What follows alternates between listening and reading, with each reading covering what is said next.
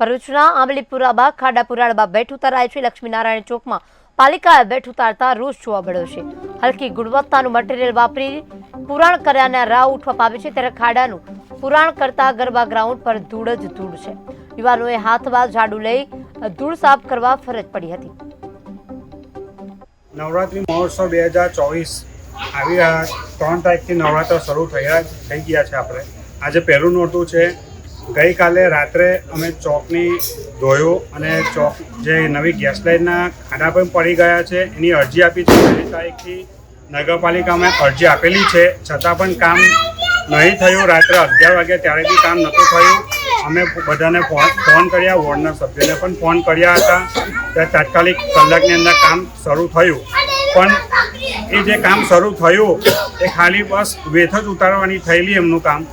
જે પ્લાસ્ટર અત્યારની હાલમાં પાવડર બનીને ઉખડી ગયું છે। અમે બ્રશથી સાફ કરીએ છીએ જાતે તો ઉખડી જાય છે।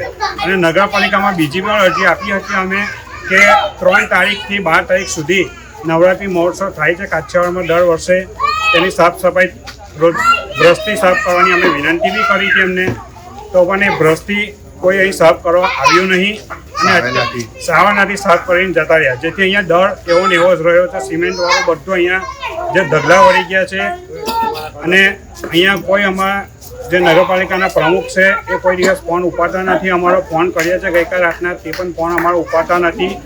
નવરાત્રિ મહોત્સવ 2024